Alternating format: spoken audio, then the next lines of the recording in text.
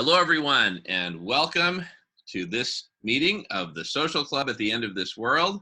I'm Jamin Shively hosting, and we are going to start with personal updates, and then we'll get into the agenda.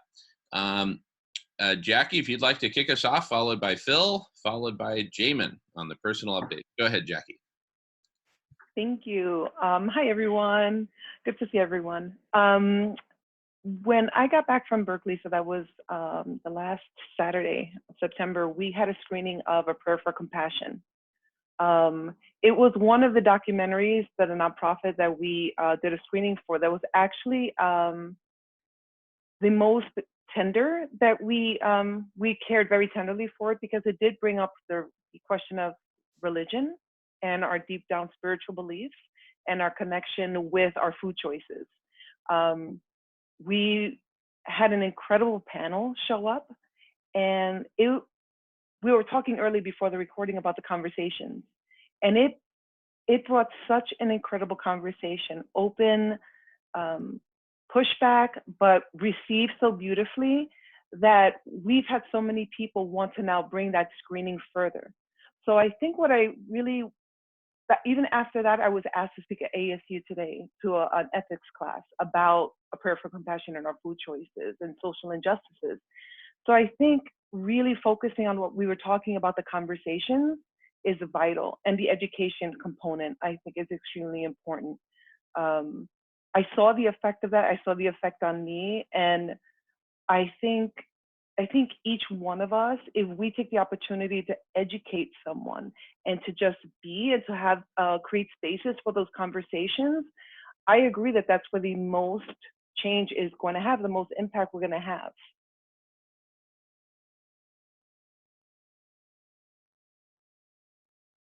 Beautiful. Thank you, Jackie. Mm-hmm. Awesome. All righty. And Phil, would you like to give an introduction to yourself and any update you'd like? And please take your time. This is the first time here. Sure. Yes, I'm in Australia. It's very early in the morning here, about just shortly after 4 a.m. So it's quite dark here, and hence the lighting is not great. I live on a boat here in a marina in Townsville, and so it's I guess it's a bit of a tiny house, kind of on the water, I suppose.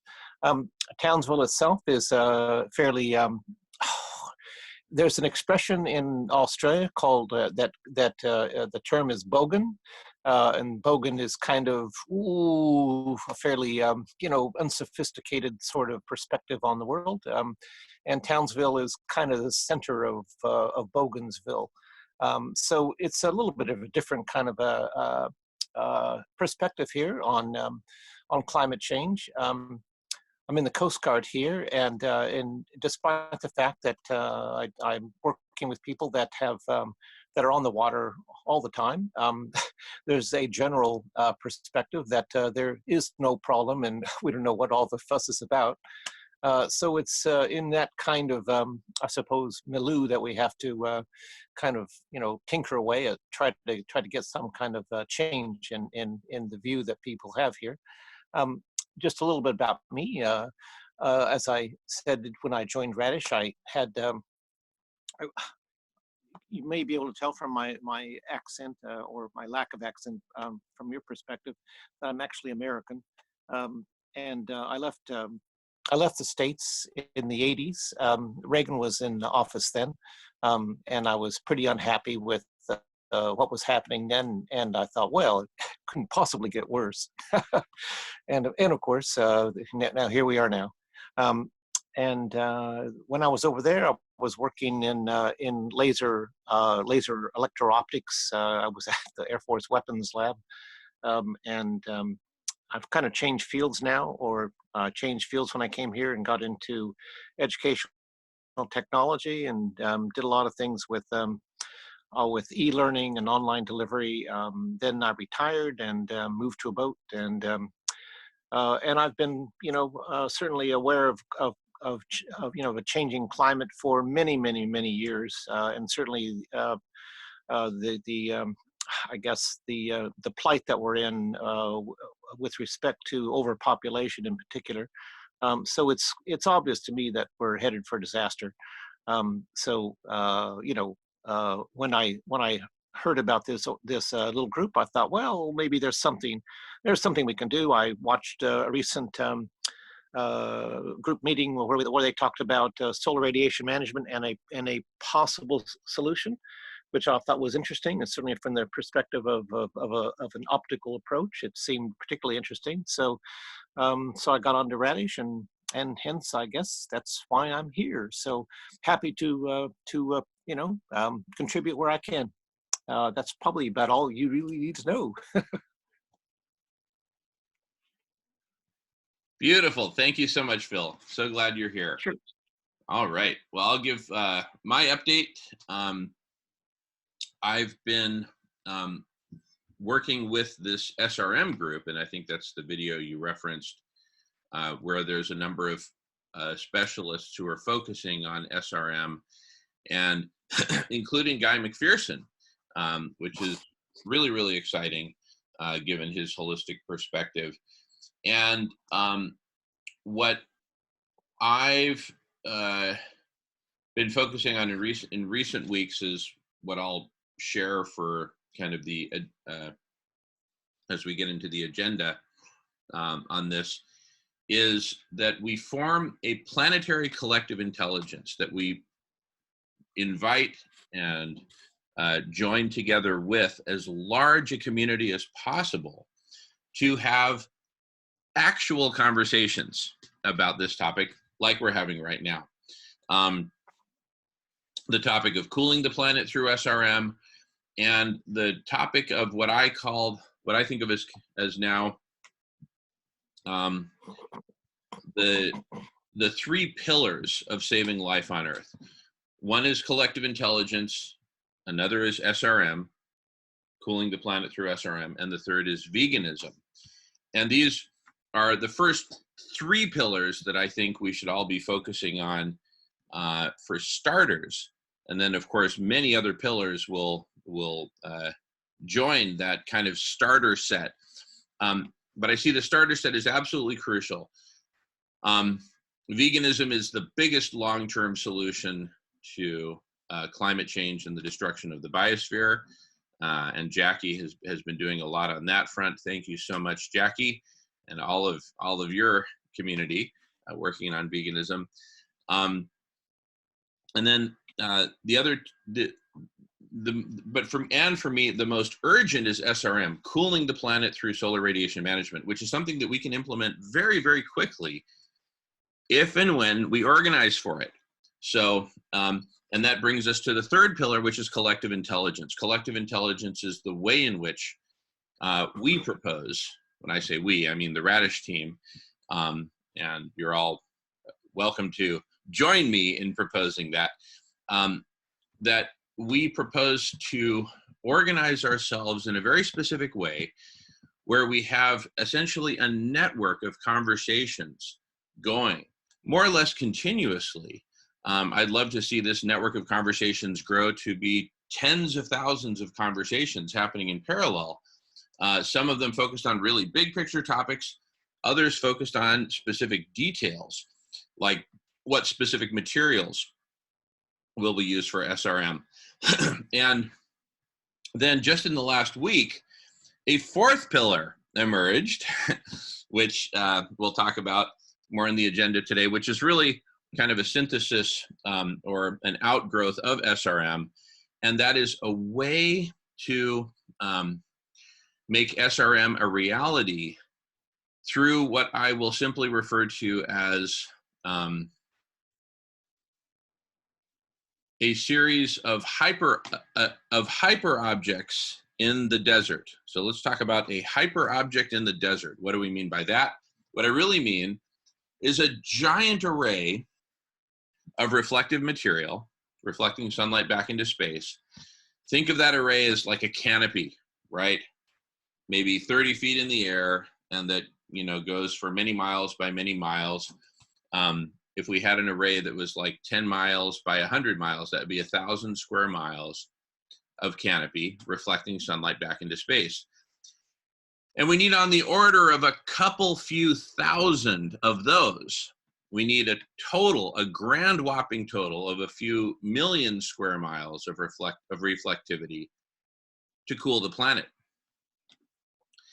And so this hyperobject in the desert starts with that canopy and then asks the question, with that canopy in place, what else can we do with that canopy? What can we put underneath it? What electric energy can we generate, for example, using solar thermal, based on, now that we've got all these mirrors on the top of that canopy, we could angle those mirrors. In general, the light's going back into space. That's the big idea. But if we angle those mirrors so that they heat up, a solar thermal generation capability, we can generate massive amounts of electricity. We can also collect the water that falls on that canopy, right? Just like the drain water runs down the roof of your house and into the gutter and gets collected somewhere, if you want. We can collect the rainwater. Now, of course, it doesn't rain very much in the deserts of the world, but a little bit of rain times a couple million square miles of area can add up to a lot of water. And then we could use that water for things like greenhouse agriculture, et cetera. And so with water, with food, with electricity, with shelter, we now have the basis for communities. And bringing in these kind of modern, advanced communities like lean linear cities, regenerative communities, Arcology, Arcosanti in Arizona in the United States, Calafia, which Michael Gosney, my colleague, has been developing and promoting for many years.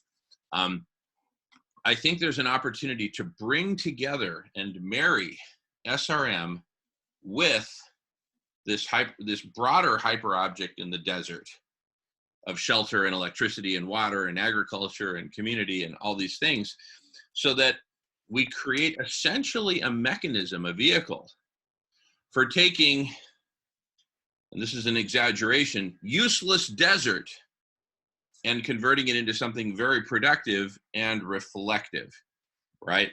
And when people see, oh, wow, they put in a hyperobject in the desert of Australia, not too far from where Phil is, and that seems to be working great. Hey, let's do more of those, right? So it can be something that can then spawn many other of these hyperobjects in the desert, which we can abbreviate as HITD, H-I-T-D, hyperobject in the desert, H-I-T-D, HITD.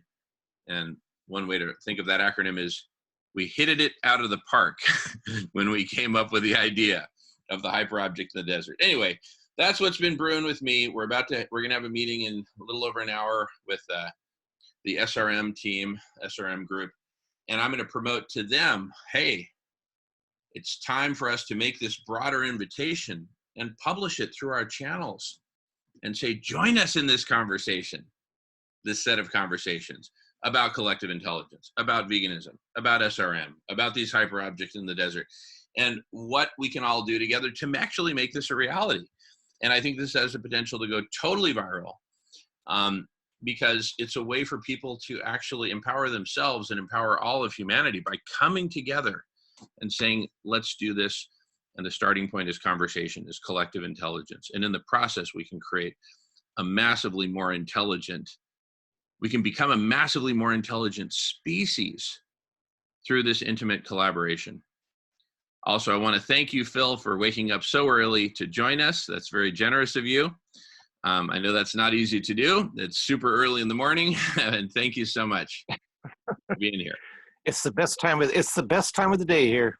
It is. Oh my goodness, yes. I love early mornings. So anyway, I put together a bit of a map kind of outlining all this, all those elements that I mentioned kind of in a big circle. I'll just read through it. So you have SRM, Arcology, which is a mashup of architecture and ecology, this lean linear city concept. Cultural transformation, veganism, a holistic transformation of our entire set of living arrangements. If we go off to the desert and create these communities, we can redefine civilization. We can redefine who we are and why we're here and what we do and what we talk about. I could go on and on about how broken our current civilization is. I think we all understand that fairly well.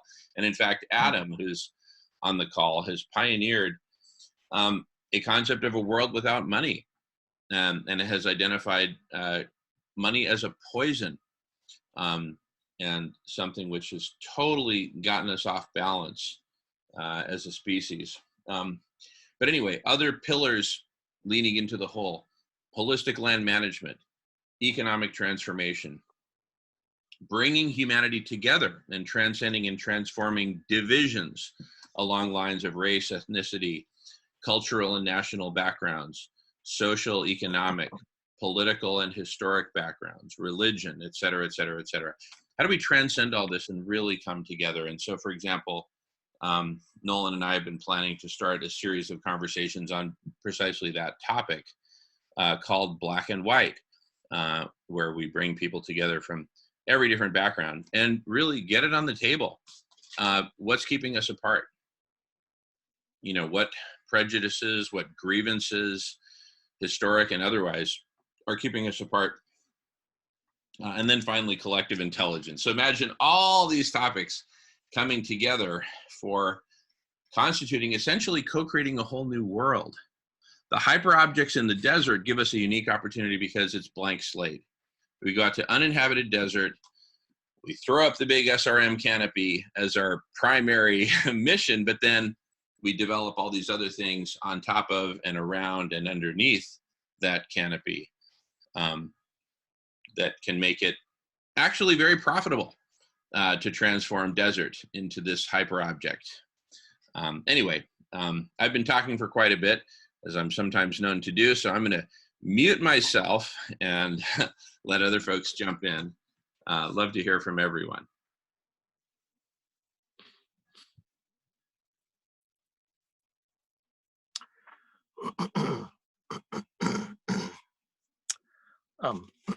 Well, just looking at the just looking at the diagram there, I guess we could divide it up into some black boxes. We have a technical black box, that would be your SRM. You have your social black box, and that's your you know, what's wrong with this planet kind of thing. And I don't have the diagram here in front of me because I'm on my phone. But the other one is really just is that whole collective consciousness kind of black box, and how that's going to, I suppose, you know, how it's going to pan out.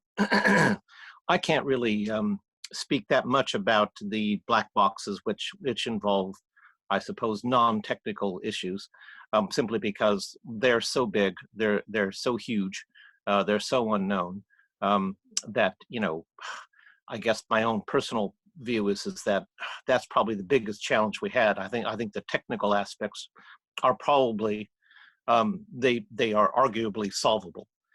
So just looking at the technical aspects of it, just looking at what we might do on the SRM side of things, I do have some questions about or some concerns about, not concerns, but just some curiosities, we'll call it, about these devices, these optical devices that we would put out in the desert. Many years ago, we looked at a technology called Sol-Gel, which can be utilized to create very large optical systems. You can throw a thin film deposition on those optical devices.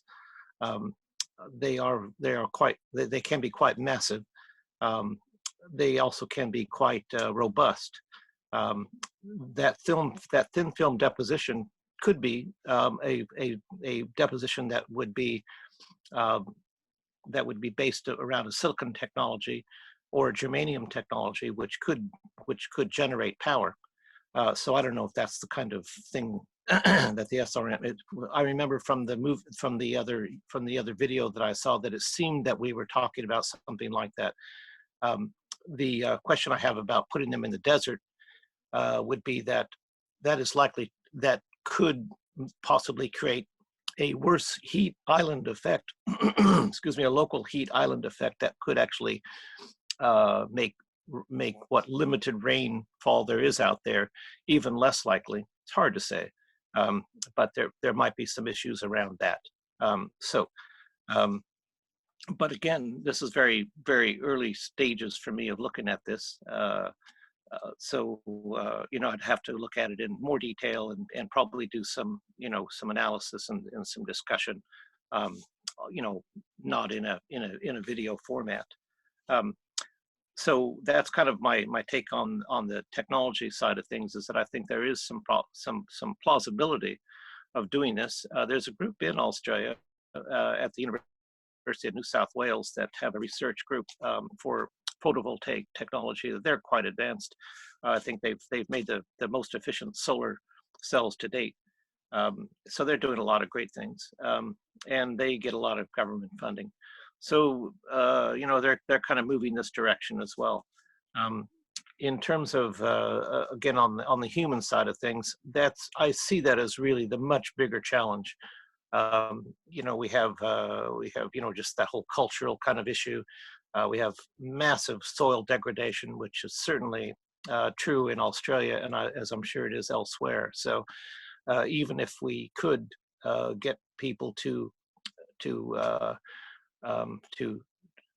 take up a vegan diet, I'm just not sure that we have the soil capacity in our present state to actually support the number of human beings, of mouths that there is to feed, using the current soil load that we have. So, but again, we had to start somewhere. So so that's probably my preliminary 2 cents on these issues.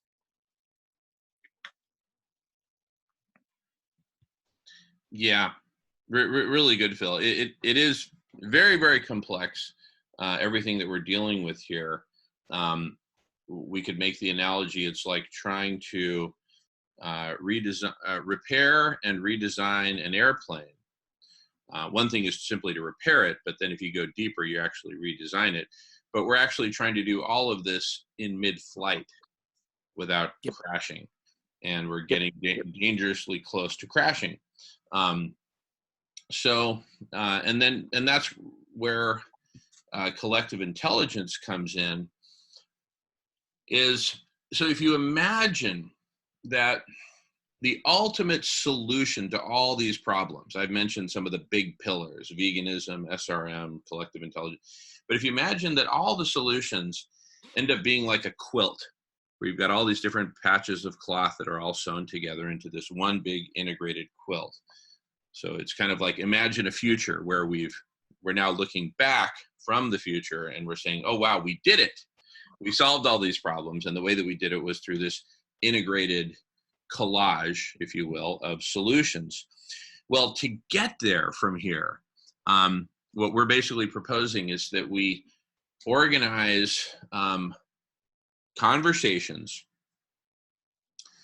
on each of the patches of the quilt, and in fact, multiple conversations on each of the patches of the quilt, because each patch of the quilt, whether it's SRM or veganism or holistic land management or cleaning up the oceans or transforming the economy or getting rid of money or transforming culture, etc., each of these patches has many subtopics. And then, very importantly, there is the stitching together of adjacent patches of the quilt, right? That kind of where certain topics intersect or collide.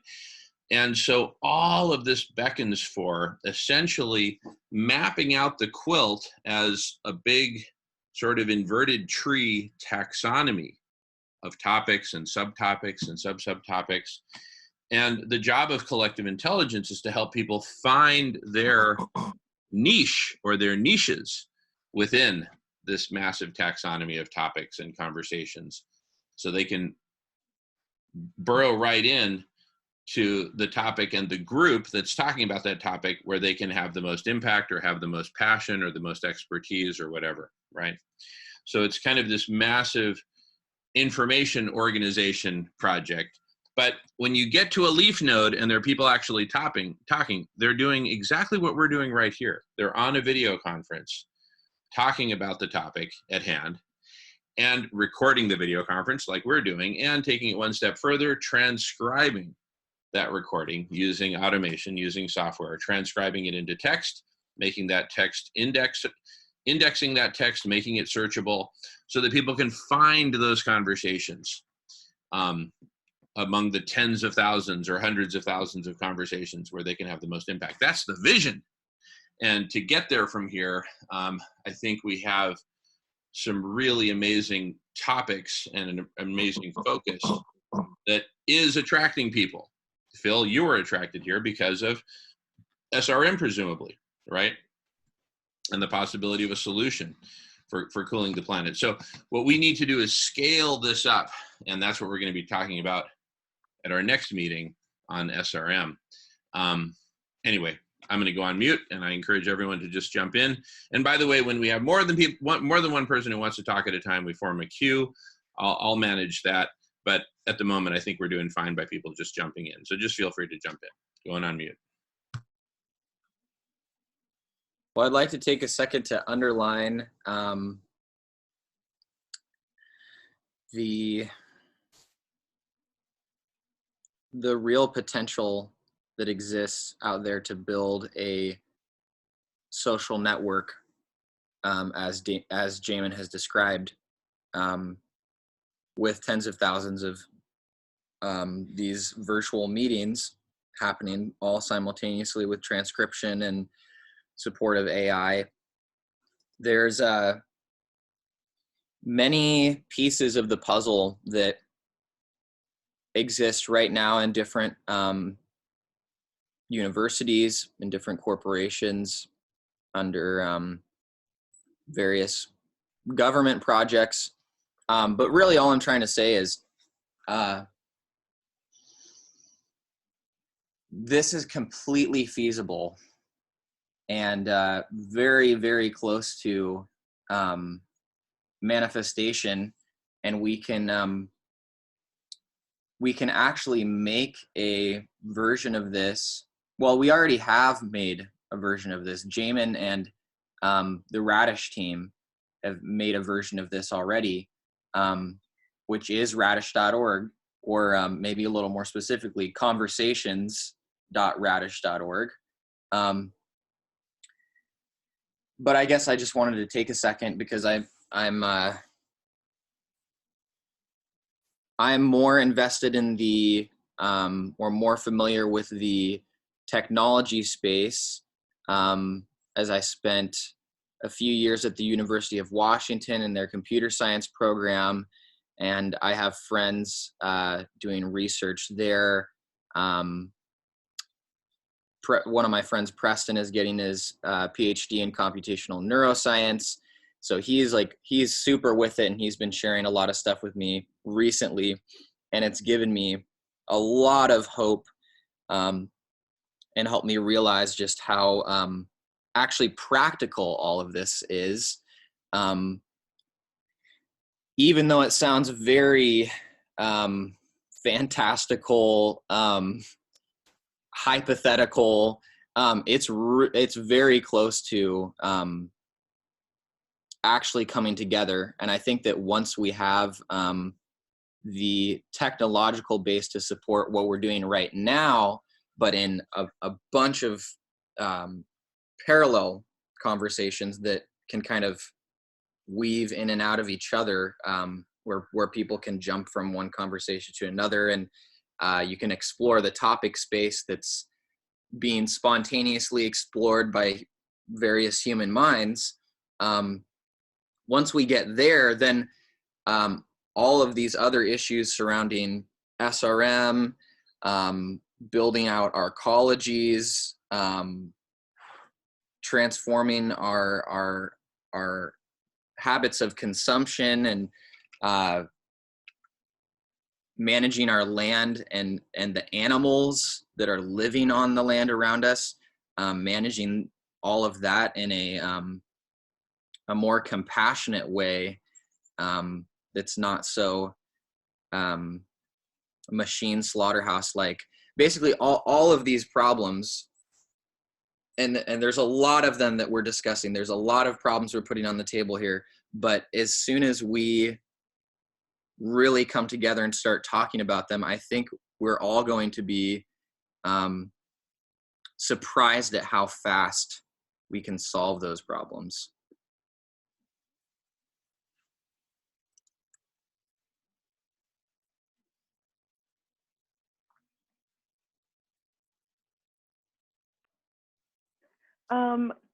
I'm really interested in what Jamin mentioned, that you, Nolan, and he were having a conversation about what's keeping us apart, and bringing the humanity together.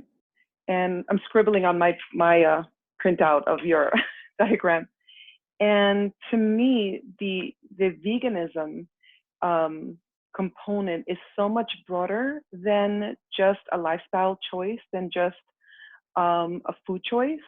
And I think that really, veganism and a plant-based lifestyle really is more of a psycho-spiritual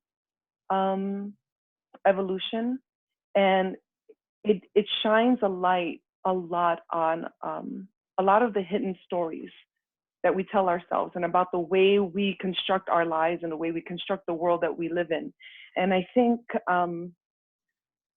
the bringing humanity together component it's married to the veganism for me, because that's what I do. I'm a social justice education activist. It's like I take my consciousness work and my story of veganism and healing psychologically, physically, and emotionally, spiritually, and shine a light on that very topic. It's so much deeper and broader than what's keeping us apart. It's really about our parenting. It's about our perceptions. It's about our expectations. It really is a psycho-spiritual journey in order to understand what keeps us apart. Collective trauma, ancestral PTSD, white fragility. Those are a lot of topics that shine the light. And those are those delicate conversations that this is a perfect avenue to bring people together with a higher consciousness, or I shouldn't say that, more of a want of something greater outside of themselves. And so I'm just going to intercede. I would love to be part of that conversation moving forward. I mean, it would be my honor, because it's exactly what I do, and I would love to contribute what I can to that conversation. Awesome, Jackie. Thank you for that. Our kind of default name for that program is going to be Black and White, because one of the first things we thought about is, when we were getting together talking about it, we noticed, hey, we're a bunch of white males. We all have really amazing Black friends who can bring that African American perspective. I'll just say Black unless it's offensive to someone, and then I'll happy to change my dialect. But let's bring together a bunch of Black people and white people and have a Black and white conversation. Let's put it on the table already. What do we need to talk about? What do we need to do? What do we need to resolve or transcend or transform or address grievances or make reparations? What do we need to do? Let's put it on the table, and let's set aside hours, because it's going to be a long format discussion. A lot of stuff is going to come up. So we proposed doing that meeting once a month and set aside hours, right? So we can really get into it, because and that's been one of the beauties of the social club. Today we've got a less than 2 hour window, a little less than an hour to go, because we've got this SRM meeting on its heels. But if it weren't for that constraint, we sometimes go 3, 4, 5, 6 hours on the social club at a stretch, because we create this space where we can actually, we use the term on Radish, root down, dig for the roots. And don't stop till you get to the roots. Don't just leave it as a sound bite. Okay, or let's all just agree to this and then let's move on, right? Because we've only got 30 minutes for this meeting, right? All this cultural training that we have to be really concise and boil it down to some bullets and have some action items for the next meeting, and no, that's not what Black and White is about. Quite the opposite. And likewise, for any of the other topics where we really need to root down, veganism, SRM, et cetera, these require time and thought, and also getting into a rhythm, getting into a groove with other people. getting into this magical space of connection and communion and reflection and discussion. And if disagreements come up, great, let's deal with those in a very positive way. Anyway, thank you so much, Jackie. Would absolutely love to have you. That's going to be so cool. And because, you know, we started with this idea of black and white, and then we thought, wait a second, let's bring in all the colors of the rainbow, all ages, all genders, all identities, religions, you know, let's really make it this big old rainbow conversation. And as stuff comes up, as it invariably will, on myriad topics, we keep track of those and we agree which ones we're going to address now, which ones we're going to address later in the meeting, and which we're going to address at a future meeting. We may need, you know, some people may need to huddle and really think about it before we, and how to frame it and bring it up. All of that is fair game. And of course, a big part of this is the continuity, that we meet again and again and again and again until we've rooted down and resolved whatever we need to resolve. And that goes for any topic. Going on mute.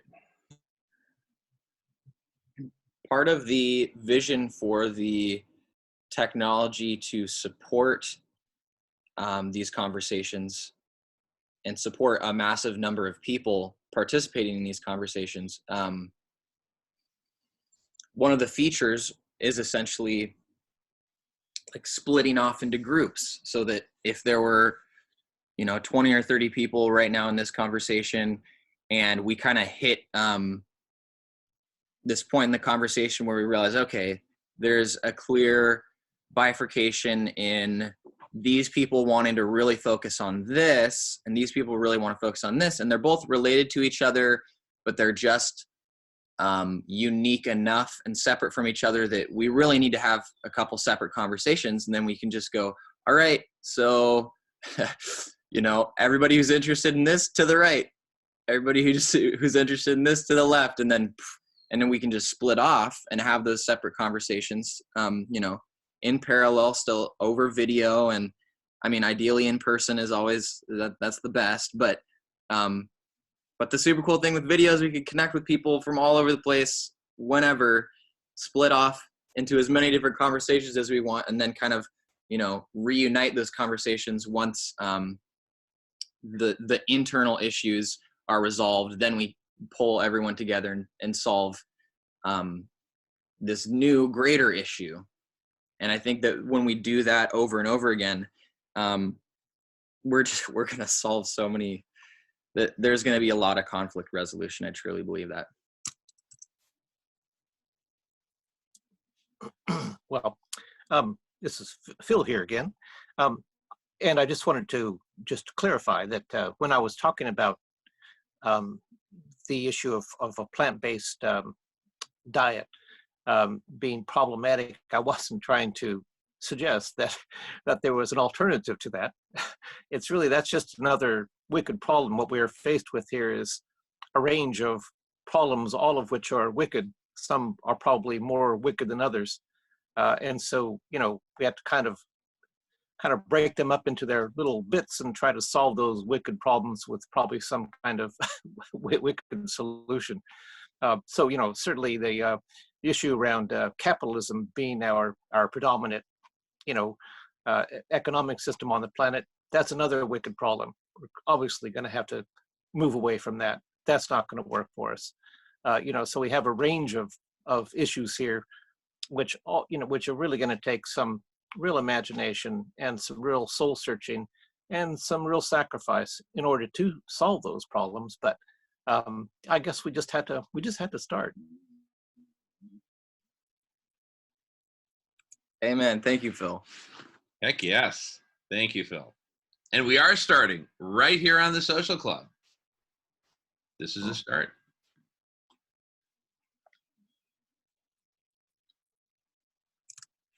We talked yesterday. And just sorry, go, Phil. Oh, and sorry, and just something I had thought about was that in the in the video on the SRM, which I saw, which that Guy McPherson was at, one of the reasons why I kind of got a little bit excited about it was that he was so excited about it himself. It was nice to see Guy actually positive about an SRM solution, and I thought, now that's saying something. So I thought, well, okay, maybe there is some potential in this. So I just thought I'd throw that in. It was nice to see, someone who's pretty, who's pretty convinced that there isn't a solution to actually, sort of suggest that maybe there is just a faint ray of hope. So that was nice. Yeah, and that's where I'm going. Well, I'll talk more after Nolan talks, but I got more to say on that. Back to you, Nolan.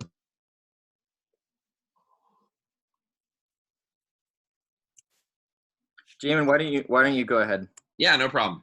So with this SRM group that you saw a video of, we're currently in a process of orienting ourselves towards actually being more public about what we're talking about. You'll notice we published that one meeting, and then was there a follow-up? Well, there was a follow-up meeting, but we couldn't reach agreement about publishing it.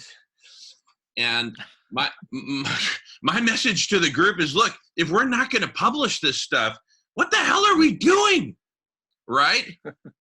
Getting around and contemplating each other and our navel and some kind of weird mission statement that what we're going to do on our own. No, we need collective intelligence. That's the key. So I've emailed the group a couple times, and I'm going to say it loud and clear today. We need to hit record with an intent to publishing. If we need to have some private meeting first to talk about sensitive stuff, okay, fine. Let's have that meeting. But then let's publish the rest of it so that the rest of the phils around the world can fill us in, if you will pardon the pun, right? And, complete the collective intelligence, right? Is there a sort of a quick summary of why you guys chose not to publish that particular meeting? Here's the quick summary. Somebody came up with this PC idea that, hey, unless everyone's comfortable publishing it, then we shouldn't publish it. And then it sort of became this echo chamber of this PC notion that unless everyone's comfortable, we don't do it. I actually didn't hear one person say, I'm not comfortable publishing it, but it just became this big popular echo chamber of PC of, no, unless everyone, okay, fine, okay. Yeah. So are we comfortable or not? But, it was just, anyway, so I sent them a long email afterwards, making it really clear and just asking, is there anything we have to hide? If so, tell us so we know to hide that. And then let's talk about everything else, right? If I seem frustrated, it's because I am. Because here's the thing. With Guy McPherson and the scientists from Harvard and from ETH and these other places coming together saying we can do this, that's freaking exciting for Phil. It gets him up out of bed at 4 a.m. and saying, I'm in, let's do this, right? Once we get a million Phils, that's going to be our new slogan.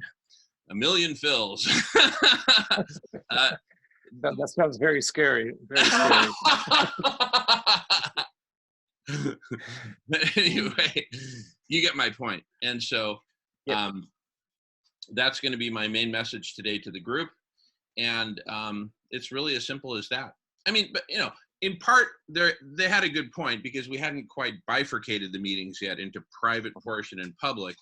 Today, we're going to implement that. And on the private section, I'm going to make it really freaking clear. This is the next step. It's that simple. Put it out there, round up a bunch of people who get it and are interested. And with that, we begin the collective intelligence. And then from this one meeting called the Social Club, we go to 10 meetings on the 10 different topics related to SRM.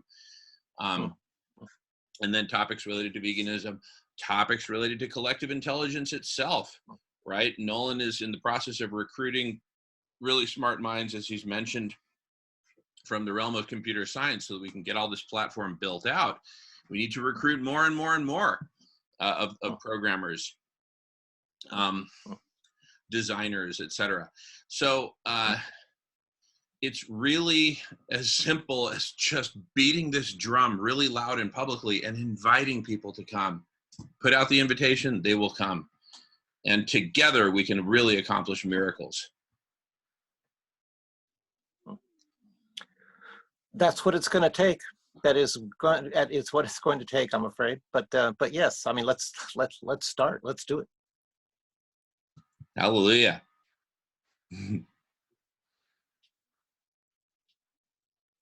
Hey, by the way, Phil, after you applied, like a few hours later, someone named Mac applied, who was also a seaman. I don't know, if I just wondered if there was a connection between you guys. Mac. I don't think so. there's a few of us out here, but we sometimes we find each other like ships in the night. Yeah, totally. All righty. Well, very good. Yeah, it was Mackenzie Calhoun, or Mac. And so anyway, I thought that maybe you two had connected. But anyway, everyone, if you're watching this, please sign up on radish.org. Apply for membership. It's free. It always will be. And it will give you access to participate and join meetings like this one and like all the others: Black and White, veganism, parenting. Jackie's going to start a conversation on parenting. We can all put this together, and you can lead conversations yourself. So in this way, we're going to build out the taxonomy of topics and start to populate those topics with actual conversations like this one. That all sounds good. Mm-hmm. Yeah. Well, Jamin, maybe we could talk about and just leave it open to input from everyone as usual. Talk about who we see being leaders of these conversations, because we have a set of pretty solid topics, I think, at this point, and they're obviously going to expand. So I guess I'm kind of asking the group, what other conversations do we see being essential to this collective intelligence that's forming, and who do we see leading those conversations?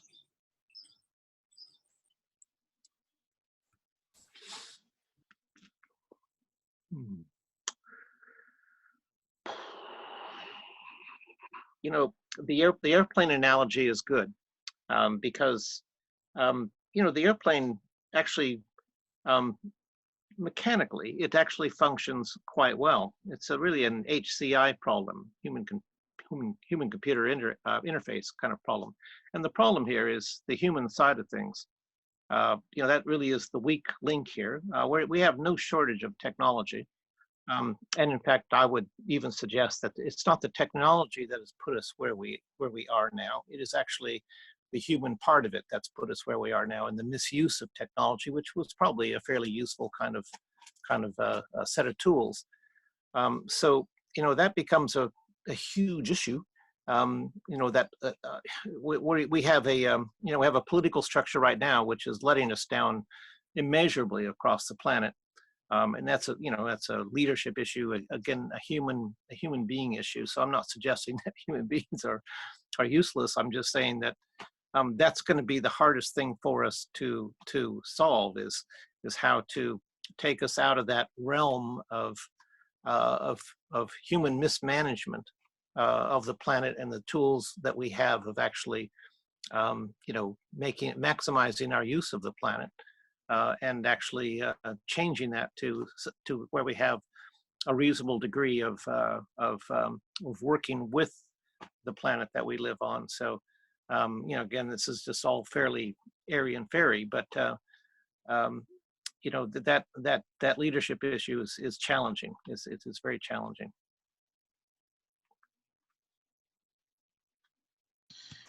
Well, to quote Guy McPherson, yeah, go ahead. Mm-hmm. We have a tendency, I was just going to say, we have a tendency to shoot the best messengers as well. in both both metaphorically and in actuality. So, it's a scary proposition. So, someone is going to have to be, I think, suitably motivated to to take that role on, or to take those roles on. Well, I'd like to quote Guy McPherson, who was in turn quoting someone's definition of anarchy, not an absence of rules, but an absence of rulers, right? Because this whole idea of a ruler is, hey, here's this person who is either smarter or more competent than all of us combined. And let's let that person, that great man or great woman or great whatever, make these decisions for us. And the whole idea of collective intelligence turns that on its head and says, let's create this vast interconnected network of conversations of intelligence, focusing on the different patches in the quilt, the different subcomponents of each patch, the stitching in between the patches, etc. Wherever there's a problem, let's zoom in, zero in, and populate it with appropriate people. So imagine that as we build out this network of conversations and this massive database of participants, that in addition to keeping a transcript of every conversation, we also have transcripts of everything that any individual has said, right, across all conversations. That individual's history, conversational history, is like a really rich crumb trail that the software can use so like, let's say we're zooming in on some conversation that hasn't been solved yet, like soil erosion in some part of the world. Well, the software, the system, can scan the profiles and databases of each individual participant and say, hey, these are the 5 or 10 participants in the collective intelligence who would most likely have the most to say about this. And even if they're the wrong mix, start with that. Let them start talking, and as they're talking, they're transcribing, leaving more crumb trails, identifying what they have figured out, what they haven't figured out, where they've got a roadblock. Roadblock, boop, that's a key to the software. We could even have keywords like that, literally. Roadblock. Yep. The software here is fire alarm. Okay, who do we need to bring in to get us over that roadblock? There's some combination of people out there that can do it. That's the essence of collective intelligence. Right? Guiding and organizing people who in turn are kind of the gatekeepers to the right technologies, right? The technologies themselves are not quite smart enough to speak for themselves, so we need people to kind of mediate. And ultimately, just to put it in real simple terms, there is some magical combination of people and technology that's going to solve this whole thing. And we just need to bring these combinations of people and technology together. And again, I see it as a quilt, a massive quilt. So it's not just one patch, it's a whole quilt. And for each part of the quilt, there's a combination of people and technologies that will just nail it. Well, we certainly have the capacity from a data mining perspective to mine for good ideas instead of mining for the best product placement and movement of advertising. So, we certainly have that capability. I guess it's that transition that's going to be the challenge. How do we start self-organizing that? We get in our systems to do that self-organizing for these and mining for these good ideas and teasing out the best ideas instead of teasing out all the other stuff that we tease out of data mining systems. But I do think we probably are there. I did see a video that you guys did do the other night, and I probably day for you. And there was a gentleman there who was from a data mining background, and he was talking about the AI architecture for looking at this collective intelligence. And I remember thinking at the time, actually he's right. We do have that architecture in place. It's really moving it from the sphere of capitalism and how do we maximize this for profit to maximizing it for resolving the dilemma that we are in.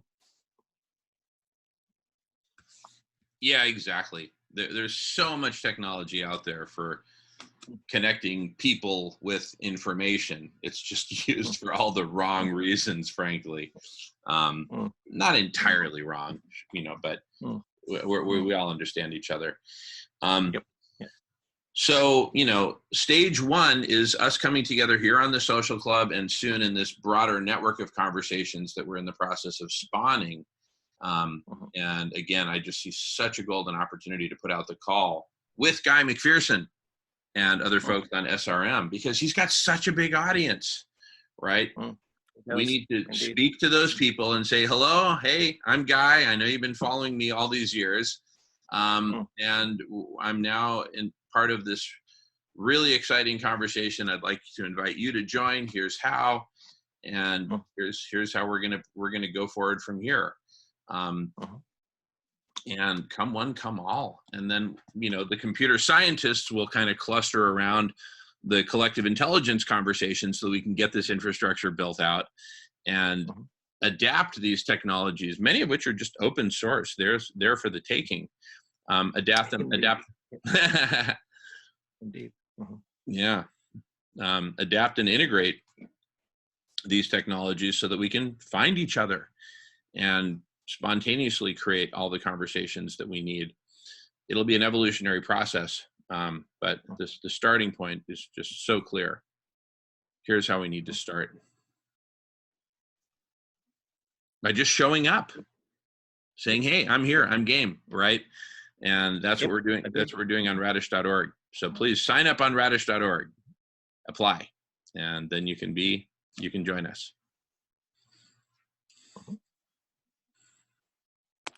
Sounds good. To include Phil and others in the loop that is a little bit closed right now because of the nature of our Radish meetings being a little more private in general. I'll be headed down to San Jose a week from now to participate in a Zoom conference, an actual in-person Zoom conference. So I'll be meeting a bunch of people that are using this technology and developing tools alongside it. And I think there are a lot of promising things waiting there for us, a lot of promising connections to be made that will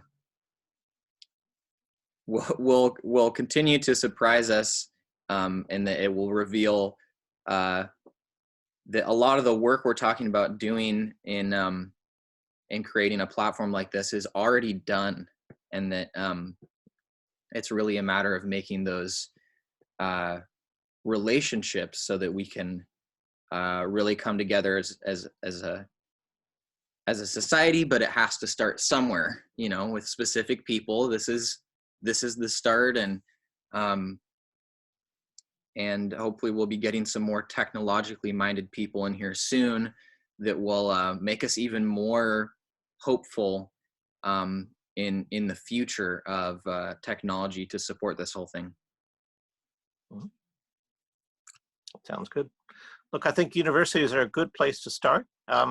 They have lots of collective knowledge and intelligence, and they also have a lot of young people who have a real stake in this, and so they're pretty switched on about trying to do something about this. So they've got lots of energy. So that's a good place to start. Totally.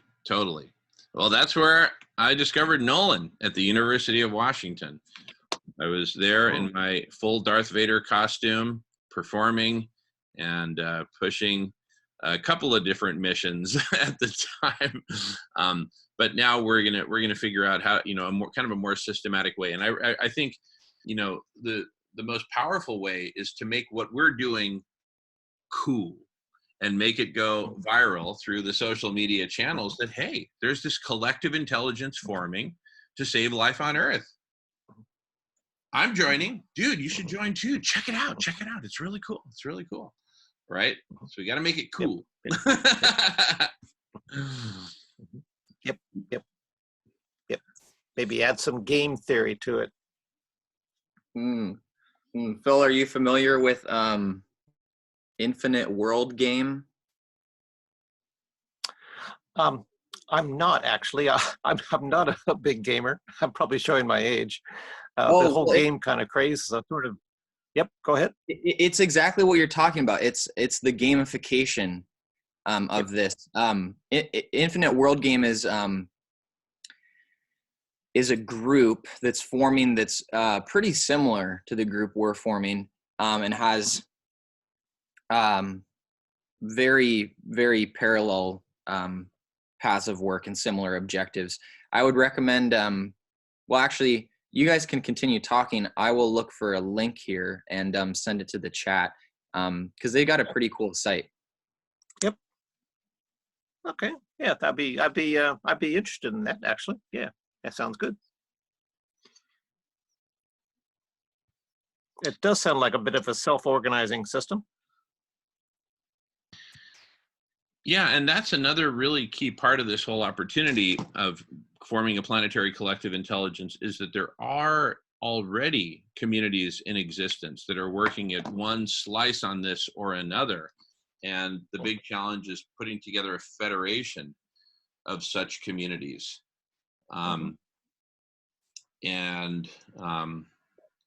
So in addition to the universities, there's just identifying all these different communities. Nolan just posted the link, iwg.life, Infinite World Game. That's a great place to start as well. So it feels like we're very, very close. There are so many of these communities out there, and what we all need to collectively agree to do is to join a planetary conversation, a collective network of conversations, as I keep mentioning, that are all connected and that all agree to be connected and to share their data.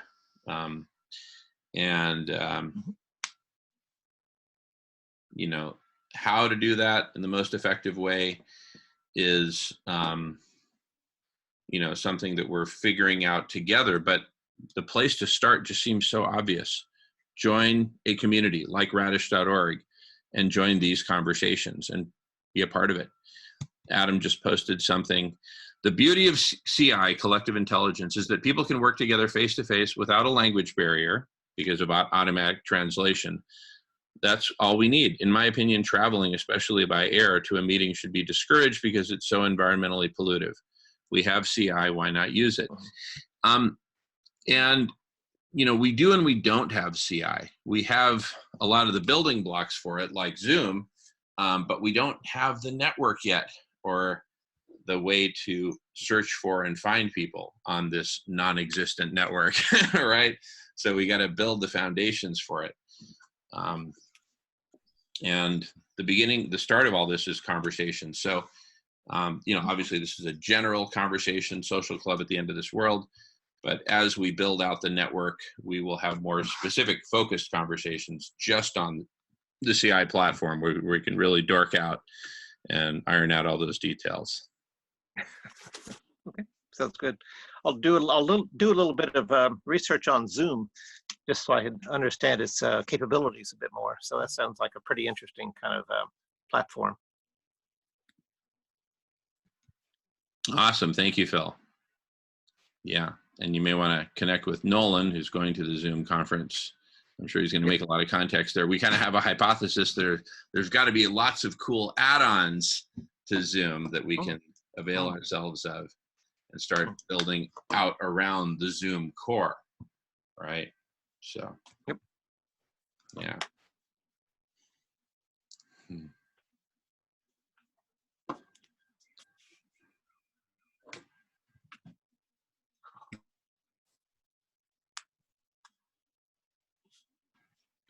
So we had started to talk about kind of the different topics. I'll just go ahead and do a screen share and share the image that I had emailed out to everyone so we can take a look at it.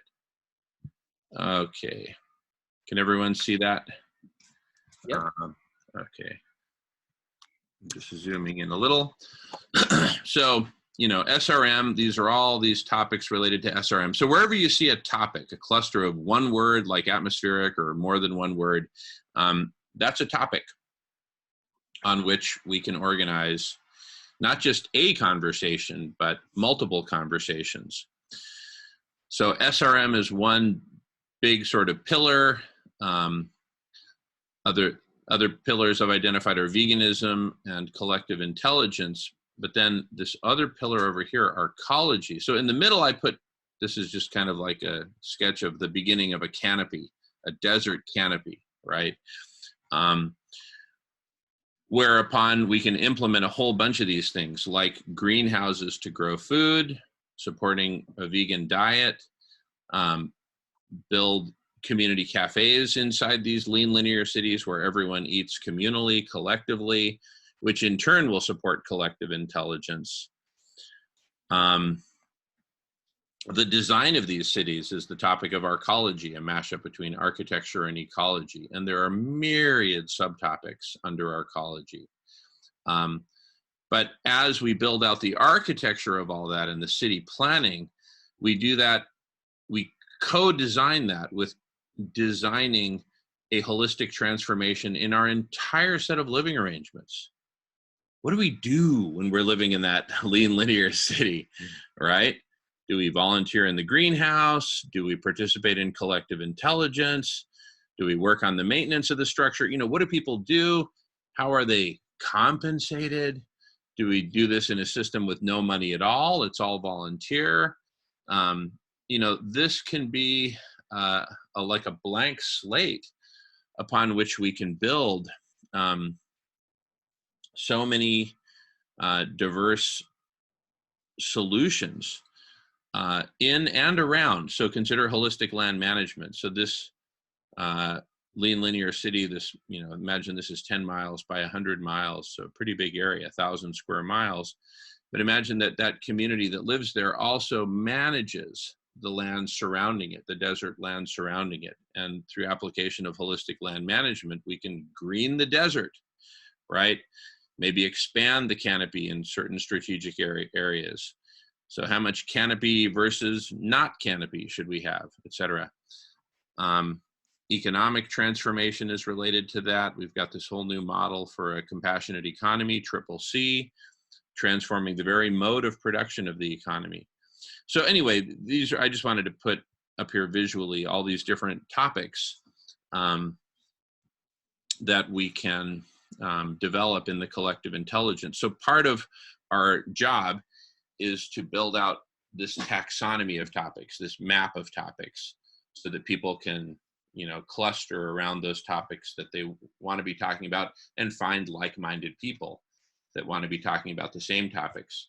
Here's the whole bringing humanity together, the basis for black and white, which I think, frankly, will be one of the things that'll make this go viral, right?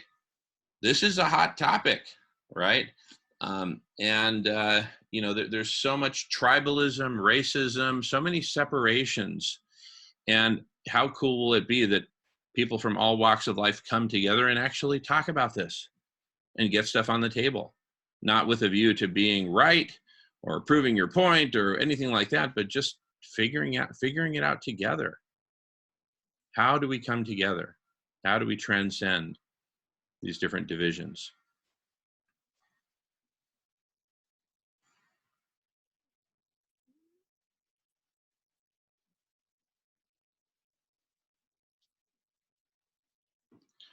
And you can see in the middle, I put creating a whole new world, right? So it's like we're starting in the desert, we bring all this great stuff to it and essentially design a utopian society and start to put it into practice. From a blank, yeah, go ahead. I think the thing that makes this progressively more real and manifest is are the people we're connected to. I think that they're the most important element of this, and that's not to be understated. So I think something we can all move forward with in mind is just who are we connected to that we see being a part of this conversation, and like really opening our minds to that question. And I'll use myself as an example and say that when I first started talking to Jamin, it was not apparent to me how all of these people in my life were going to come together and play roles in what's happening now.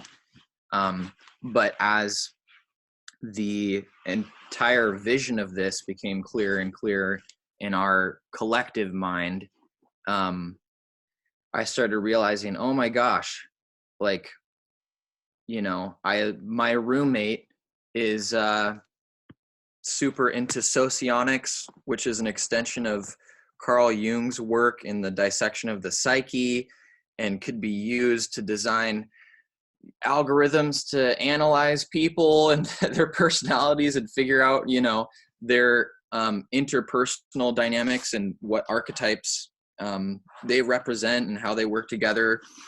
And oh my gosh, one of my best friends from the computer science program is working on some cutting edge machine learning stuff that could be central to a platform like this.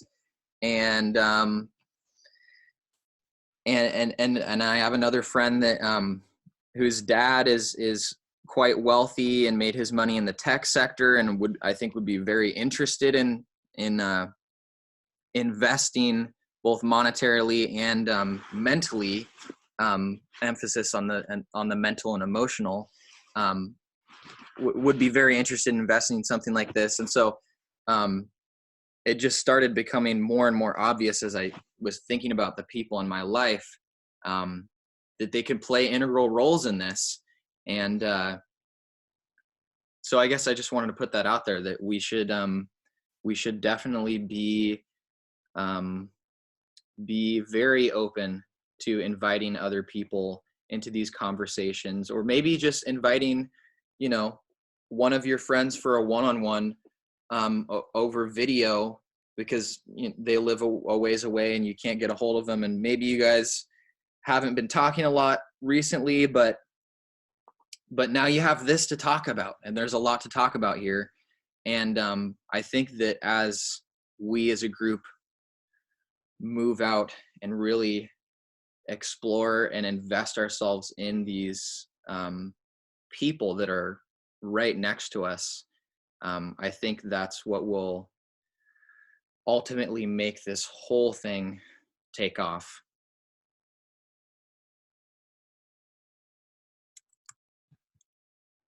Beautiful.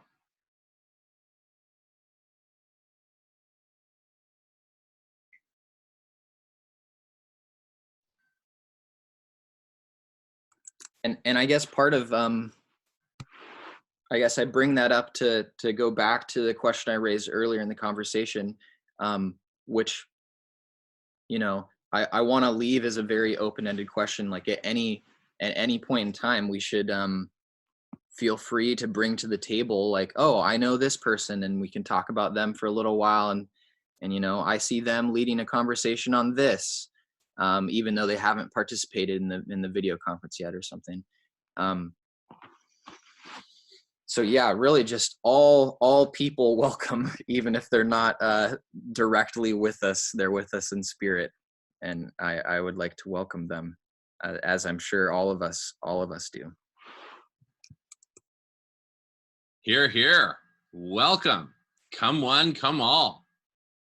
And when you hear periods of silence in the conversation, that's us waiting for you to show up. Here we are on this cutting edge of collective intelligence and saving life on Earth. And whether we succeed or fail really depends on you. If you join us, we will succeed. If you don't join us, we will probably fail. So join us so that we can succeed in transforming and saving life on Earth. It's as simple as that. Yeah, Jackie, please.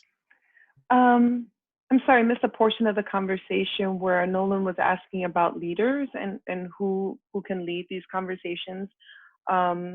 But the second point is, as I'm looking at the diagram, there's a lot of doing.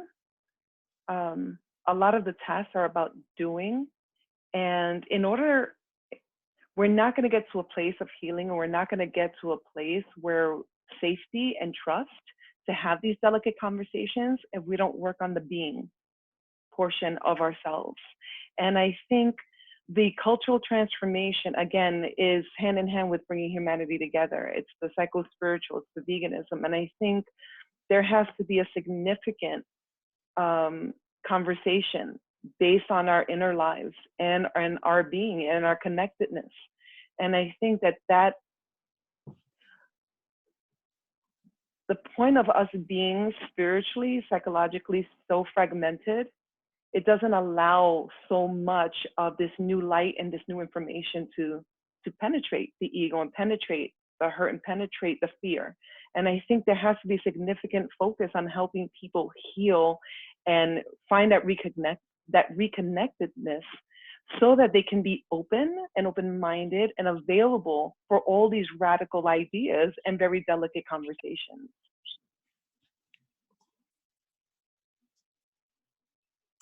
Jackie, I think what you're getting at is really beautiful and indicative of a kind of phase shift, referencing Daniel Schmachtenberger from Rebel Wisdom there. You could call it a phase shift. You could call it a turn of the ages. If you're into astrology. But I think that the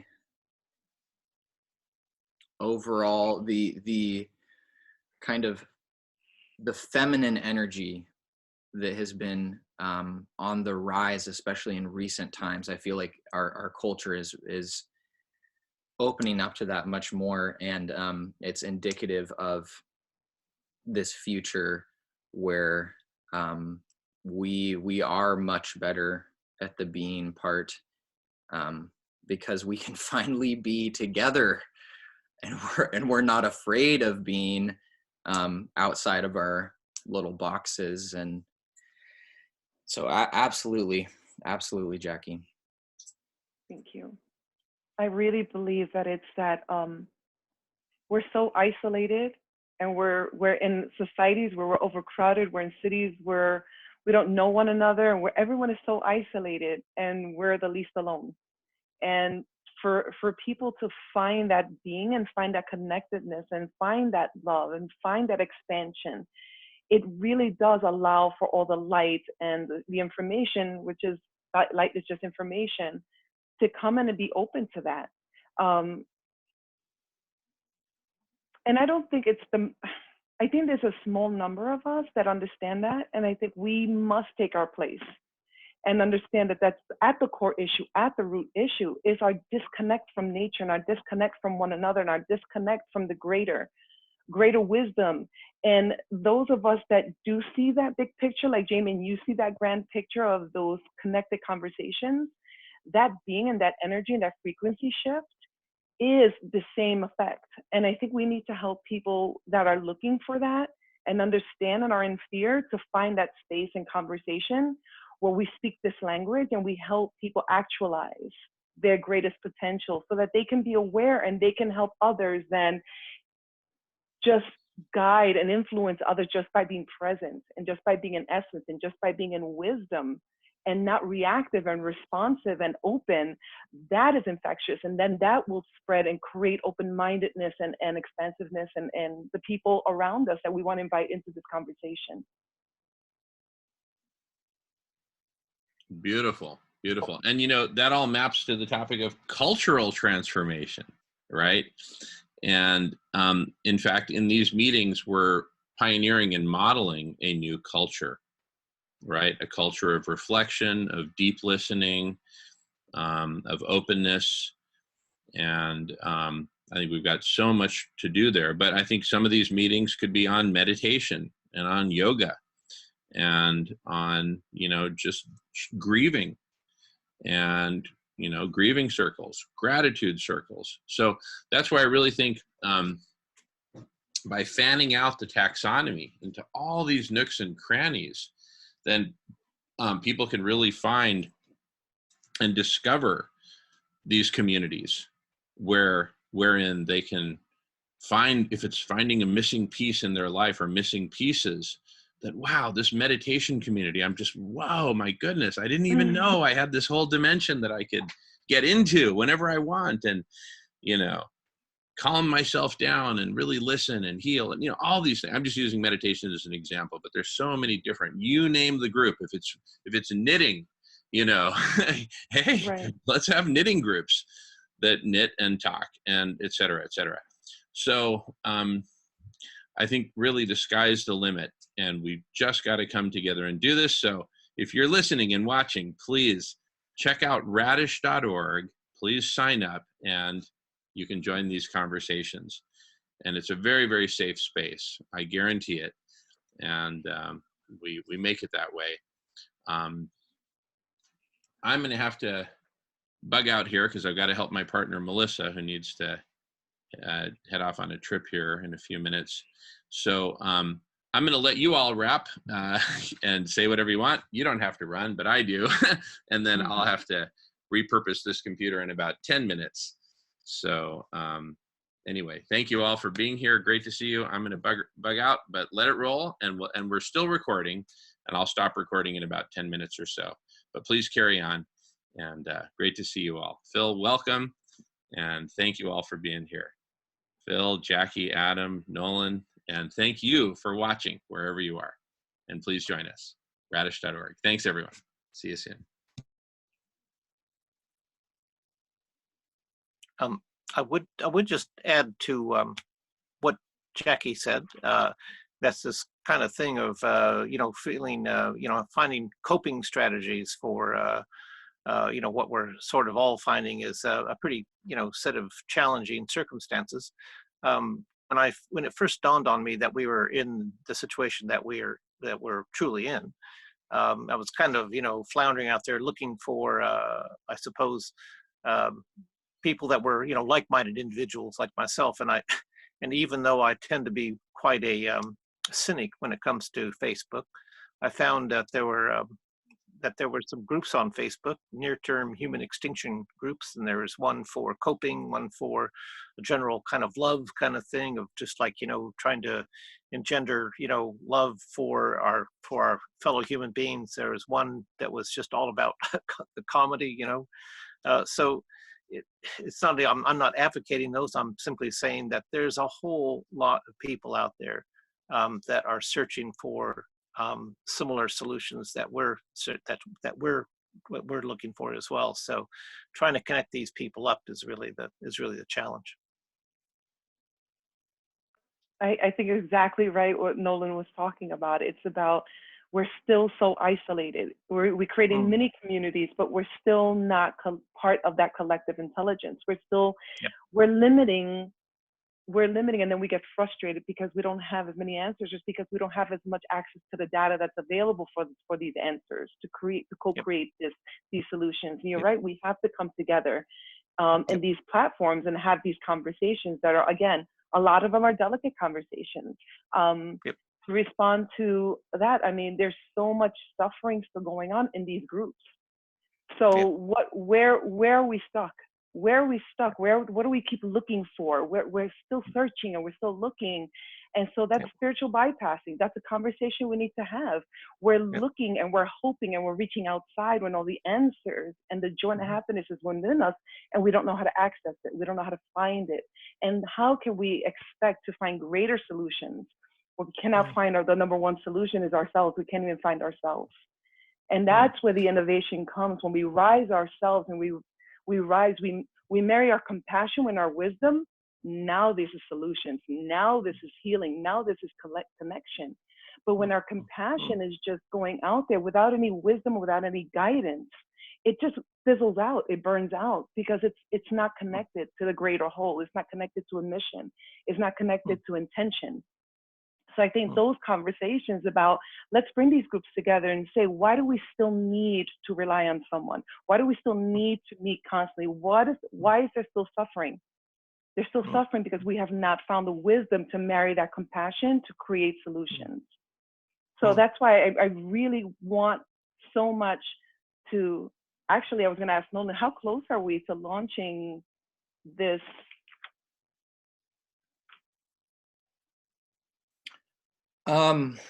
Like basically a full scale version of the video conferencing platform.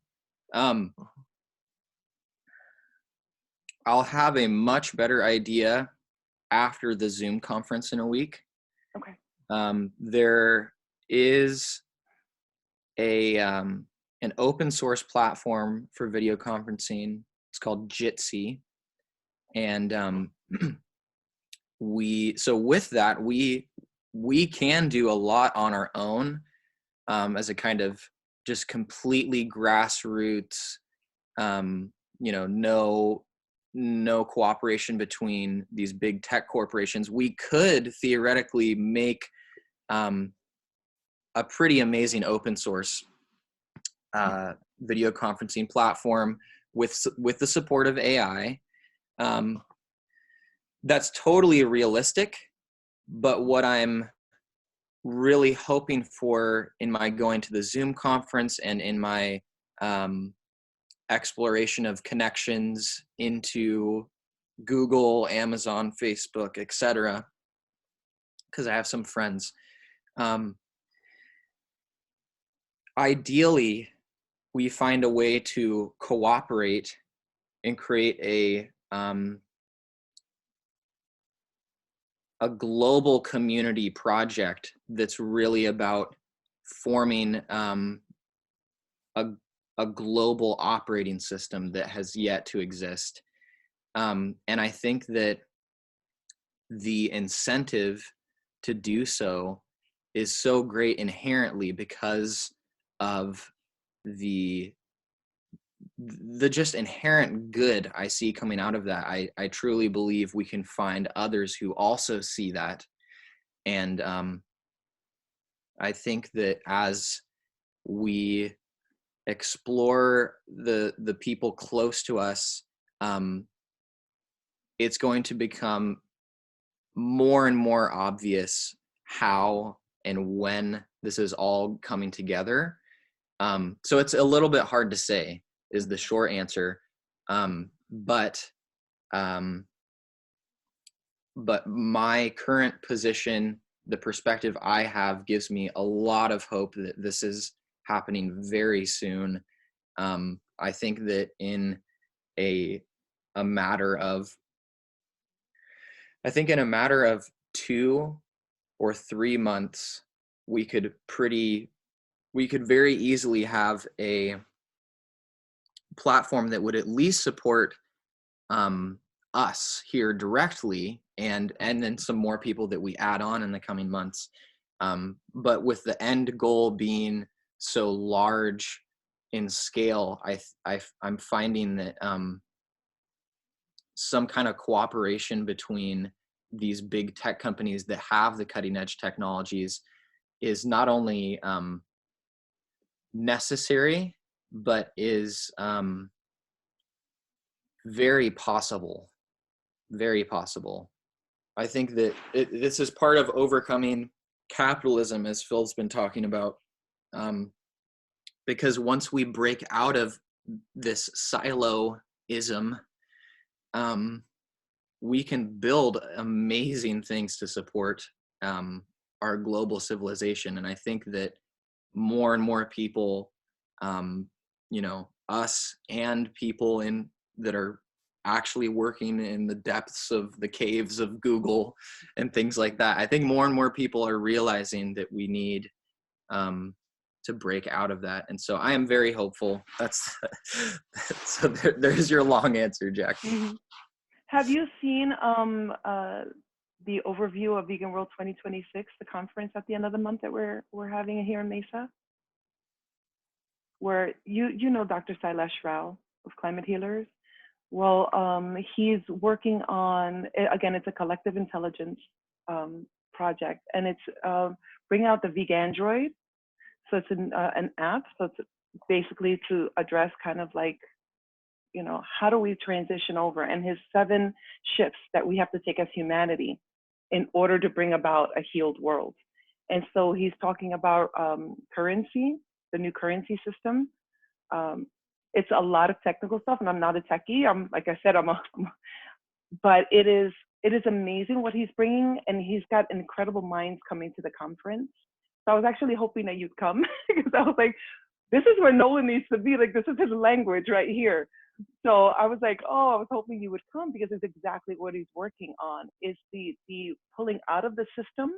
A currency system that's based on nothing but exploitation, commodification, suffering, cruelty, and reinventing the currency that is supportive of humanity and supportive and inviting.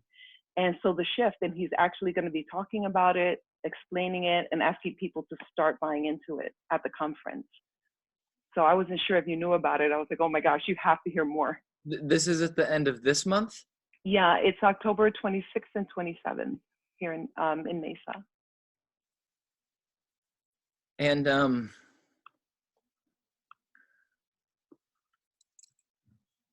see, what should I Google? Oh, go to climatehealers.org. And they have an events page or something? It should be on the conference. I haven't looked at the page. Because where are the organizers for the conference? Oh, okay. It's right here at the top. Perfect. Okay.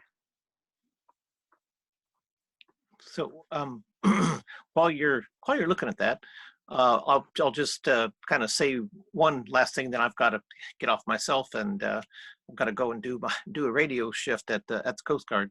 You know, a few years ago, I can remember. This was back when Zuckerberg was just first starting out, and he spoke about Facebook being a meta OS, a meta operating system. And his view was it was going to do much of what you described. And indeed, we've had a few solutions like that, cryptocurrency being another. So we have a lot of solutions that do empower people, but we always let those solutions get hijacked by venture capitalists, by various economic models, which are for the benefit of the few instead of the many. So right. I By guess Jamin Shively in this case, because I need to actually shut this down. Repurpose well, I'm the going anyway. So I just wanted to say, everybody be careful. You know, so just remember where we've come from, and don't let the venture capitalists hijack your best work. All right. Anyway, I gotta go. So it's nice meeting you all, and I'm sure we will see you around. Looking forward to it. Thank you so much for joining us, Phil and Evan. Sorry we gotta cut this short, but I gotta kick off the next meeting. So look for the recording of this, and I'll get us all connected. All right. Thanks, everybody. Love to everyone. Thanks, everyone, for watching. See you next time.